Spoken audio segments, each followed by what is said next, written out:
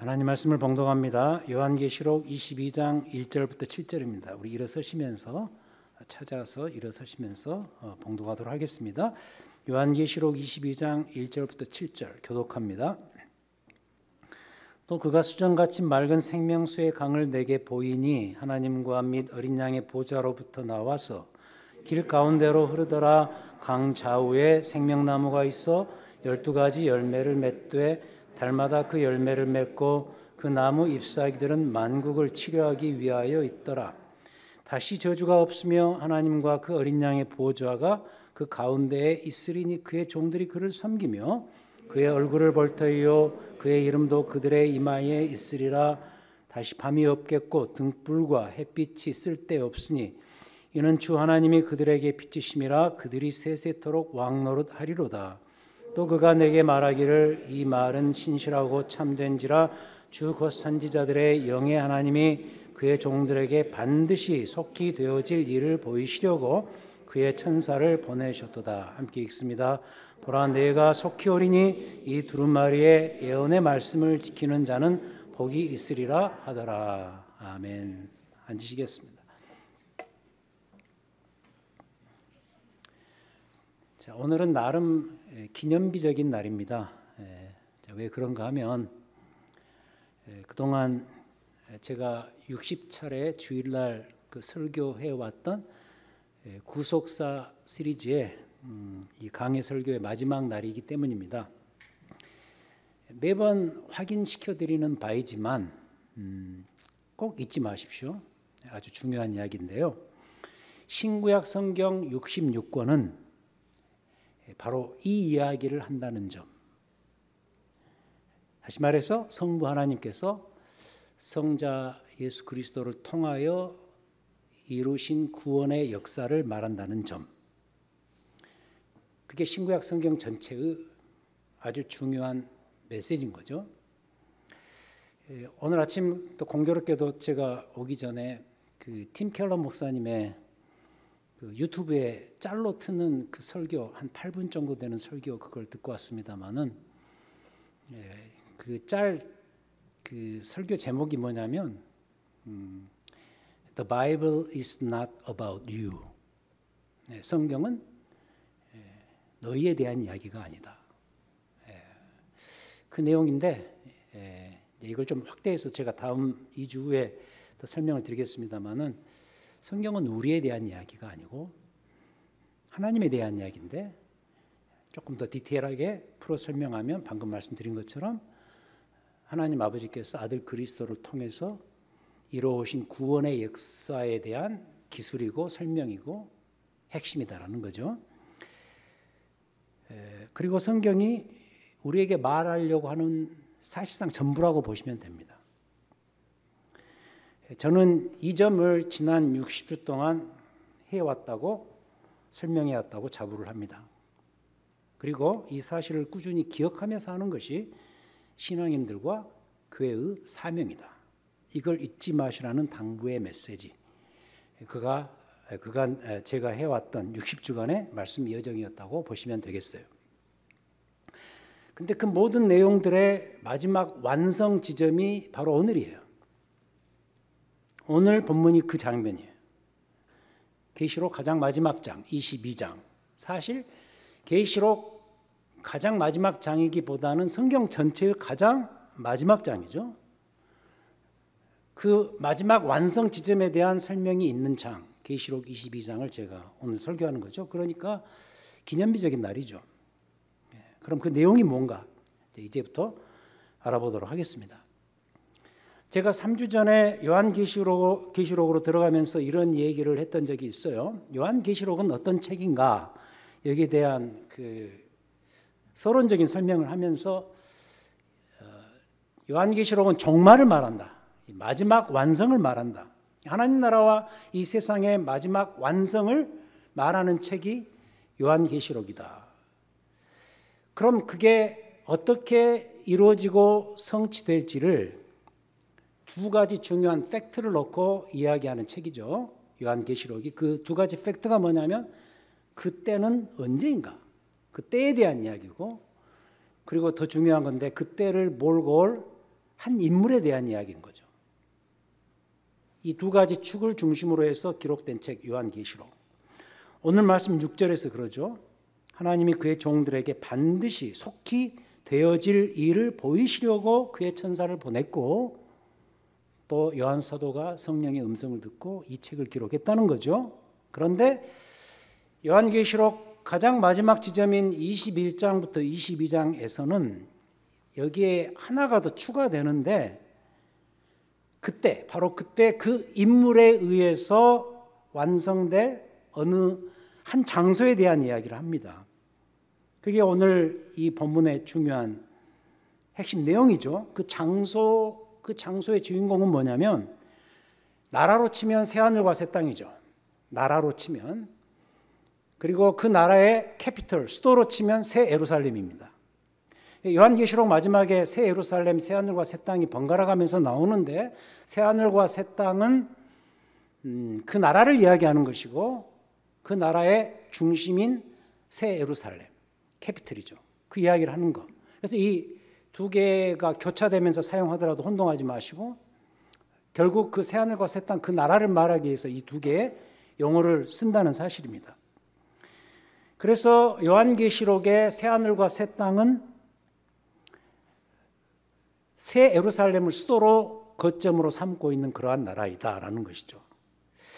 근데 오늘 이 본문에 보니까 그 나라의 수도인 그 심장부, 새 예루살렘의 심장부에 뭐가 있는가? 1절에 이렇게 기록을 하고 있습니다. 그가 수정같이 맑은 생명수의 강을 내게 보이니 하나님과 및 어린 양의 보좌로부터 흘러나왔다. 그 수도 심장부에 어린 양의 보좌가 있습니다. 이 말은 무슨 말인가? 새하늘과 새 땅의 진정한 통치자는 영광의 어린 양 예수 그리스도시다, 이 말이죠. 그리고 그가 앉은 그 보좌는 그 새로운 나라, 새하늘과 새 땅에 진정한 생명을 공급하는 젖줄이 됩니다.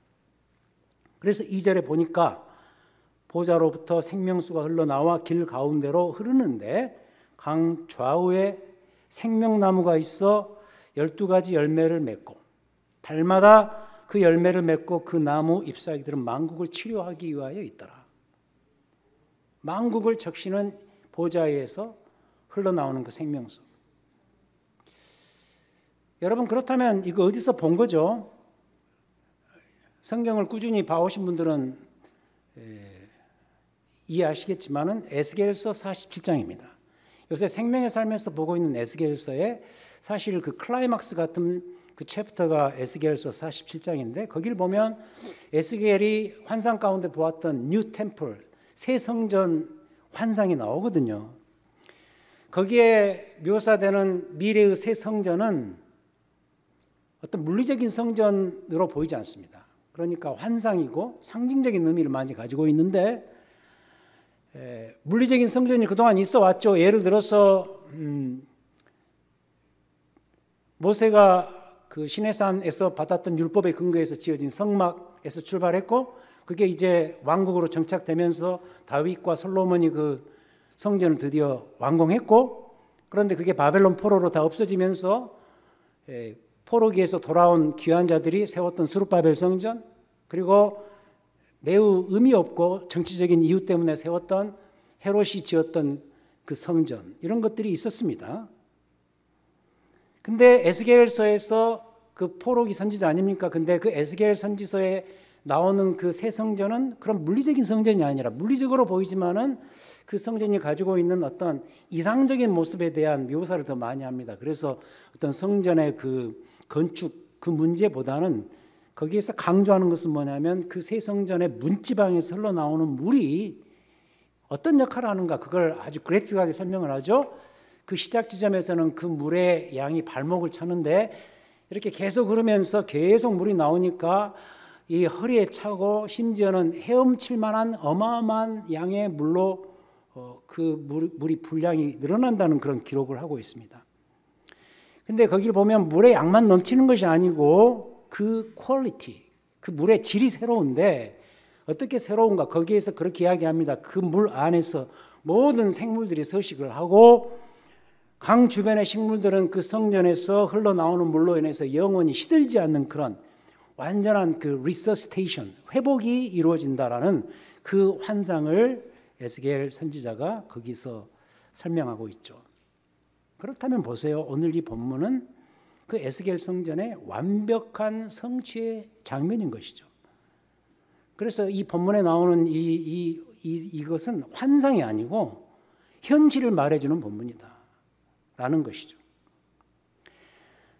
동시에 에스겔 47장만이 아니라 더 거슬러 올라가서 창세기 가장 처음에 나오는 에덴의 회복이기도 합니다. 이 본문이. 여러분 창세기 2장에 보면 시작 지점에 보면 천지창조 때 있었던 에덴 동산 나오죠. 에덴 동산은 뭐냐면 하나님께서 새롭게 만드신 그 천지 이 창조 세계의 캐피털이에요. 수도로 보시면 돼요. 근데 그 수도인 에덴에서 4개의 강이 발원한다고 거기서 기록하죠. 창세기 2장 10절에 이하에 보면은 그 4개의 강 이름이 나오죠. 비손강, 기온강, hit데겔 그리고 유브라데 강. 이 4개의 강 이름이 나옵니다. 근데 아담과 하와가 3장에서 타락하면서 에덴 동산도 사라지지만 동시에 거기에서 흘러나오는 그 강도 사라지죠. Broken Paradise, Lost Paradise, 에덴이 실종되고 그 강의 젖줄이 사라지면서 그런 일들이 벌어졌는데 그 사라졌던 네 강들이 여기서 비로소 회복이 된다는 거죠. 자, 그럼 물어야 됩니다. 이게 다 누구 때문이고 무엇 때문인가? 왜 에덴의 회복이 이루어지고 에스겔 새 성전의 환상이 여기에서 물리적으로 그대로 성취되는가? 무엇 때문인가? 답합니다. 어린 양 예수 그리스도 그분 때문이라는 거예요. 그리고 무엇 때문에 이 일이 가능해지는 것일까? 어린 양 영광의 예수가 앉아 계시는 그 보좌, 그 throne, 통치가 제공해주는 흘러내는 완전한 회복 때문에 이런 일들이 벌어진다. 2절에서 그런 기록이 있잖아요. 길 가운데로 그 강이 흐르면서 강 좌우에 생명나무가 있어 12가지 열매를 맺되 달마다 그 열매를 맺고 그 나무 잎사귀들은 만국을 치료하기 위해서 등장한다는 거죠. 결론적으로 이거죠. 영광의 어린 양 예수 그리스도 그분만이 이 일을 하실 수 있다. 오직 그분만이 이 모든 회복의 유일한 근원이자 매개가 된다는 사실이죠. 그의 영광스러운 광채가 그 자리에 속한 백성들을 더 이상 죄의 저주와 아픔 가운데 두지 않을 것이다. 우리가 좋아할 수밖에 없는 중요한 구절이죠. 3절 다시는 저주가 없을 것이다. 죄의 저주가 없을 것이다. 하나님과 그 어린 양의 보좌가 그 가운데 있으리니 그의 종들이 그를 예배하고 섬길 것이다. 그의 얼굴을 볼 것이고 그의 이름도 그들의 이마에 있을 것이다. 우리가 지난주 14만 4천을 이야기하면서 이 문제를 이야기했죠. 그리고 다시는 밤이 없겠고 등불과 햇빛이 쓸데없을 것이다. 이유가 뭐죠? 주 하나님이 그들에게 영원히 비치실 것이기 때문에.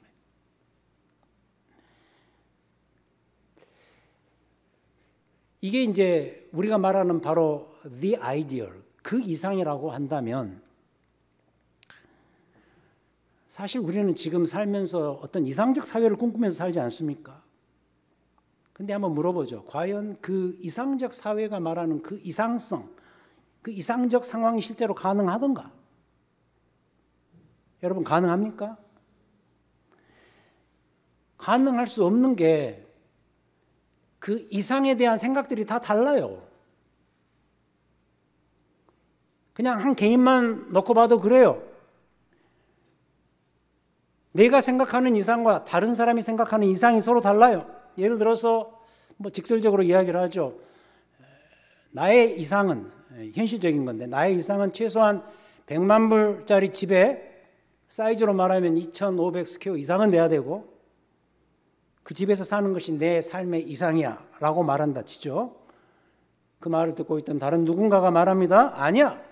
집만 그 정도면 안 되고 집을 그렇게 말하는 것은 내가 지금 이 시점에서 봐주겠는데 집만 그러면 안 되고 우리가 타는 차, 우리 집이 타는 차는 수준은 최소한 이 정도 돼야 돼 라고 하면서 차 등급을 정하기 시작하고 내가 탈 차 회사를 결정하고 차의 가격을 매기고 연비도 정하고 심지어는 색깔까지 결정해. 여기까지 돼야 내 이상이 실현될 수 있어 라고 말한단 말이죠. 이상이 서로 다 달라요. 그런데 그들이 함께 사는 이상적인 사회가 실현이 가능합니까? 그런데 돌아보면 어쩌면 인류 역사 자체가 그들이 생각하는 이상적 사회를 꿈꿔온 역사였단 말이죠. 나라면 나라대로, 체제면 체제대로, 공동체면 공동체대로 다들 이상을 꿈꾸면서 삽니다.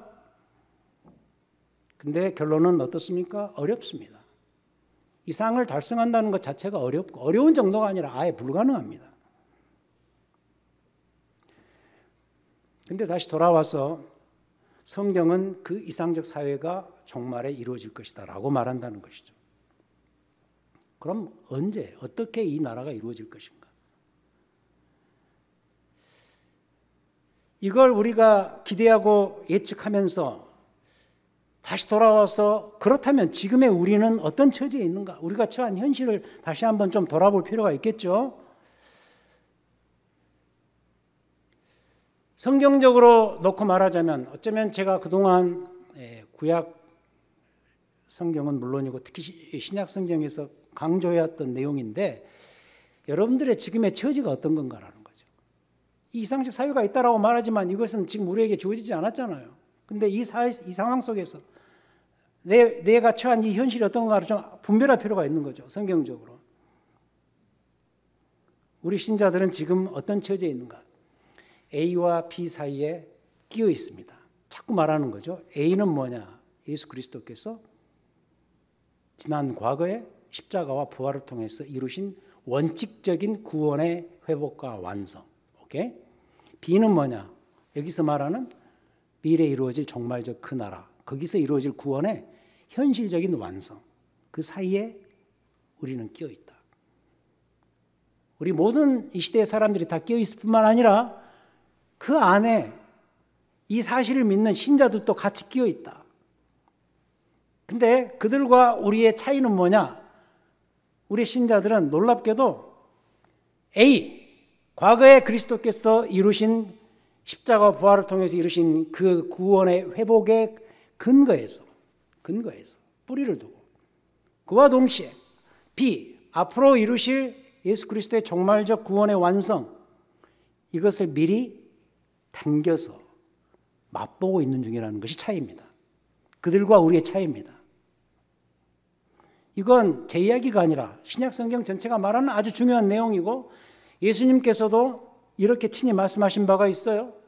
놀랍게도 물을 가지고 비유해서 그 이야기를 하는데 여러분 요한복음 4장에 보면 예수님께서 사마리아 여인을 만나서 이런 이야기를 하십니다.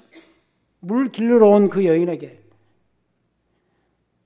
내가 주는 물을 마시는 자는 영원히 목마르지 아니하리니 내가 주는 물은 그 속에서 영생하도록 솟아나는 샘물이 되리라. 이 말씀을 문자 그대로 믿는다면 우리는 이런 생각을 할 수가 있죠. 그럼 그 물이 어디 있는가? 언제 있는가?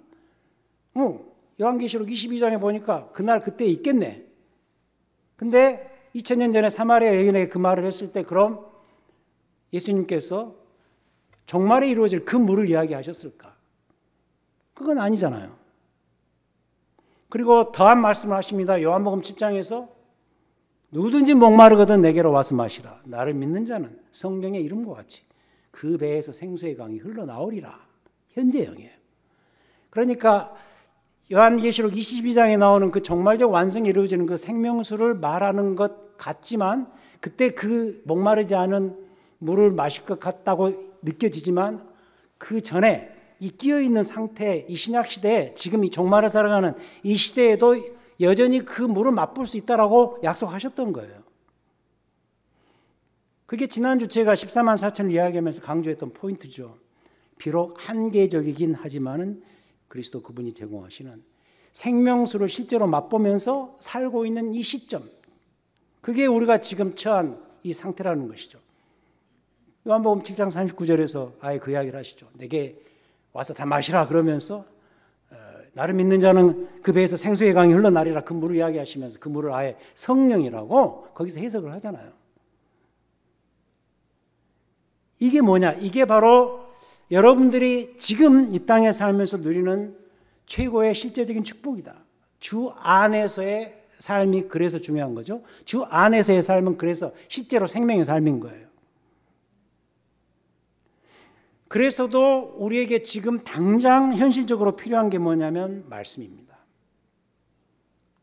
여러분들의 남아있는 구원을 이뤄가기 위해서 특별히 영원한 생명수를 먹고 마실 그날에 이르기까지는 여러분들에게 반드시 필요한 것이 곧 말씀이에요.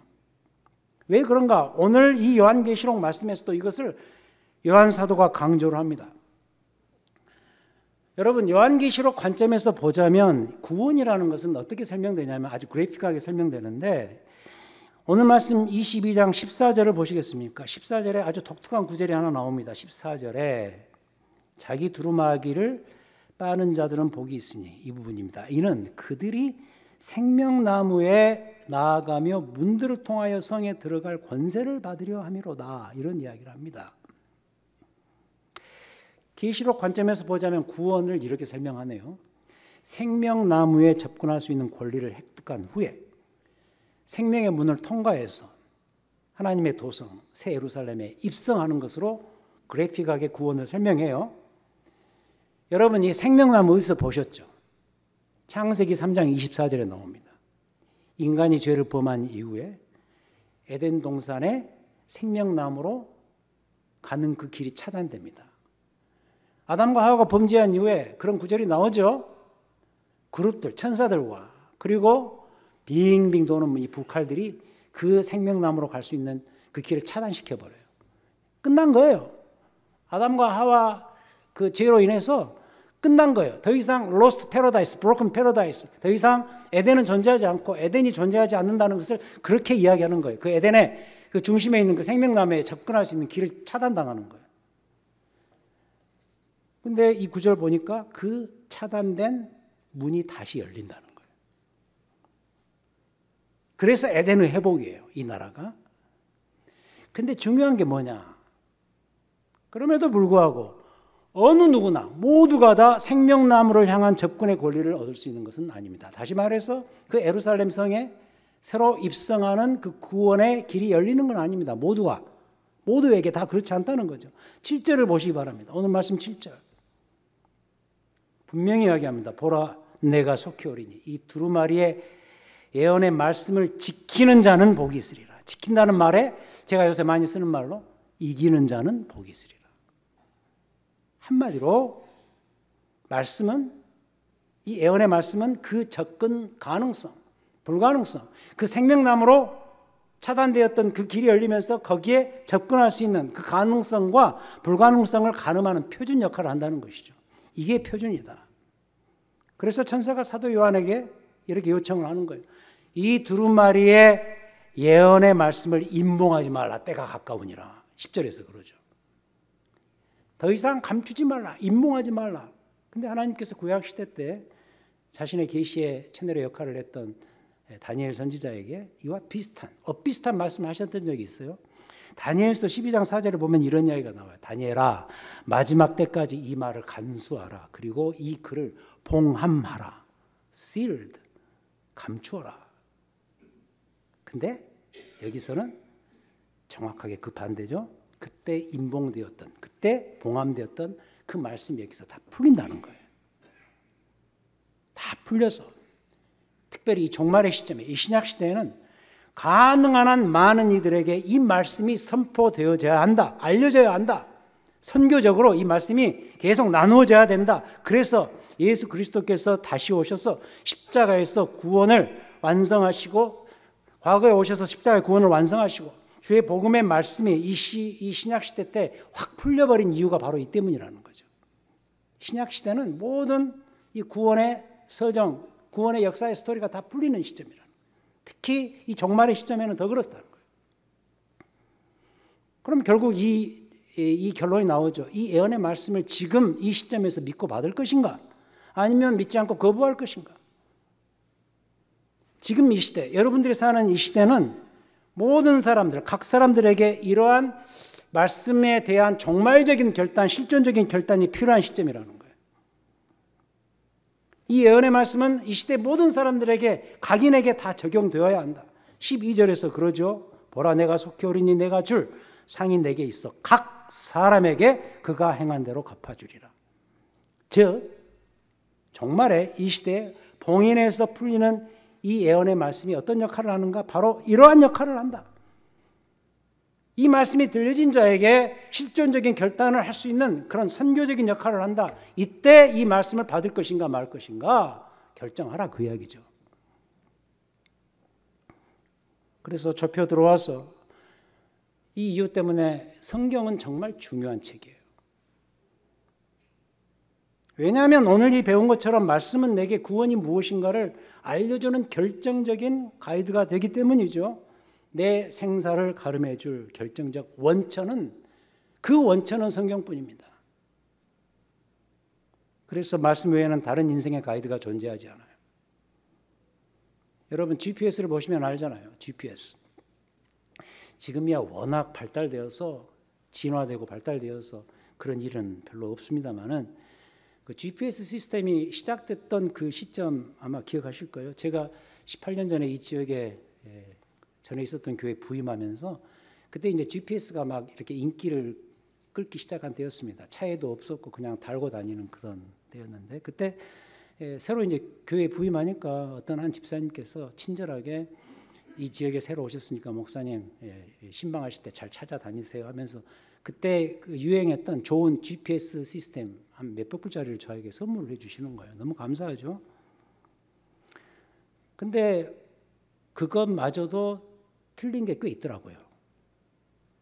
여러분 그때 그랬다죠. 제가 어디 기사에서 봤는데 그 GPS 따라갔다가 밤에 갔다가 큰일 날 뻔했대요. 이 바닷가 낭떠러지로 떨어질 뻔했대요. 지금은 안 그렇죠. 그러니까 무슨 말이냐면 유사 가이드인 거예요. 유사 가이드. 비슷한 거죠. 그 갈라디아서에서 그 문제적인 복음을 사도 바울이 뭐라고 표현하죠? 다른 복음이라 그러잖아요. 너희는 다른 복음을 쫓지 말라. 영어로 표현하면 different gospel인데 헬라어로는 heterogeneous라는 말이죠. 질이 다른.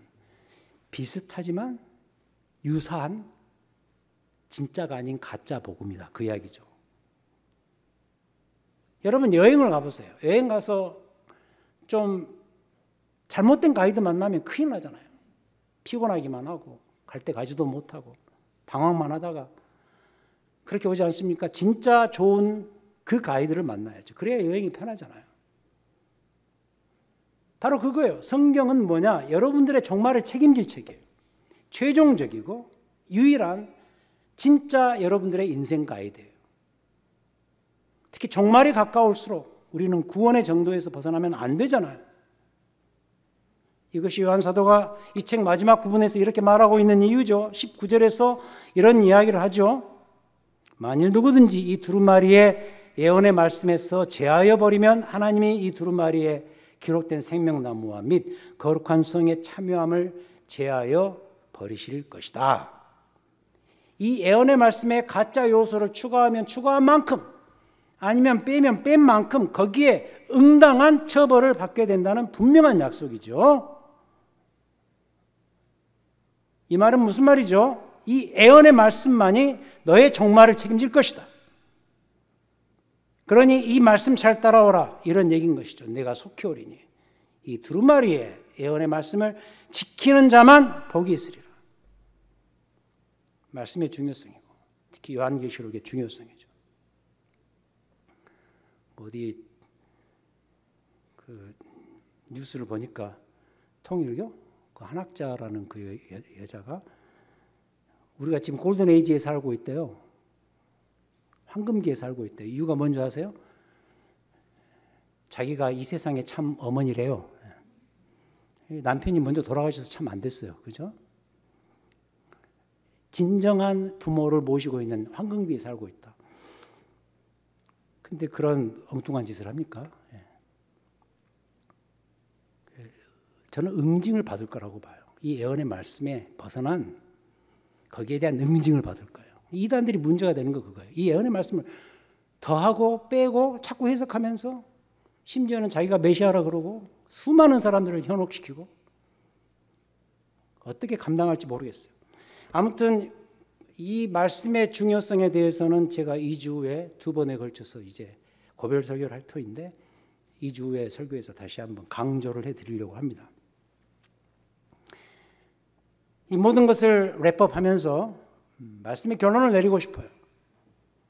어쩌면 오늘 설교만이 아니라 그동안 해왔던 60주 동안의 구속사 시리즈 전체의 설교 결론인데 그것은 요한계시록 가장 마지막에 성경 전체 가장 마지막에 나오는 이 문장입니다. 주 예수여, 아멘 주 예수여 오시옵소서. 여러분 씨앗이 그렇지 않습니까? 씨앗은 왜 심죠? 그 열매와 열매의 성숙과 꽃의 만발을 기대하면서 심지 않습니까? 그 씨앗이 뿌리를 내리고 줄기와 가지를 낼 때 그 기대감은 더욱더 커질 거예요.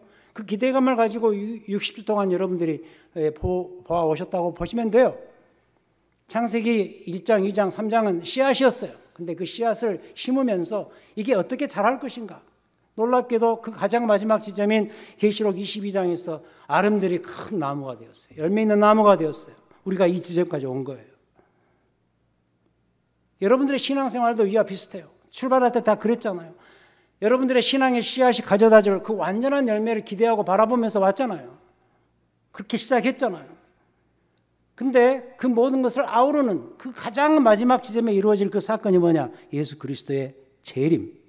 그 열매와 꽃을 가져다 줄 결정적이면서 최종적인 the final consummation 그 사건인 거예요. 그래서 재림 신앙은 우리 신앙의 꽃이고 절정이에요. 아멘 주 예수여 오시옵소서.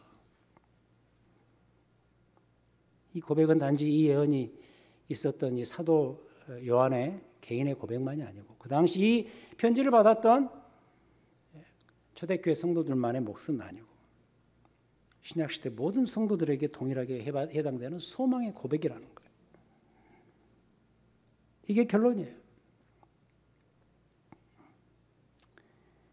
하나님의 날이 임하기를 바라보고 간절히 사모하라.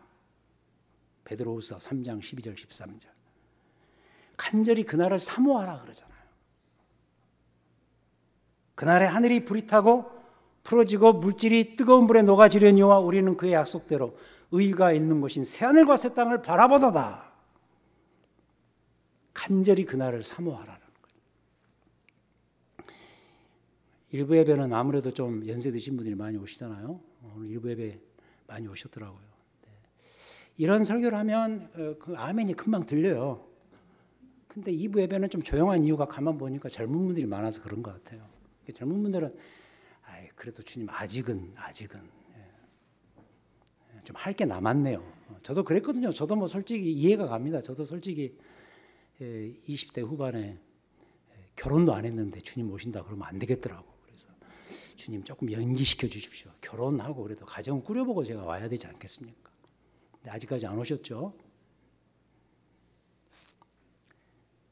여러분, 우리의 그 신앙과 모든 삶의 완벽한 이상이 성취될 날은 그날 그 장소밖에 없습니다.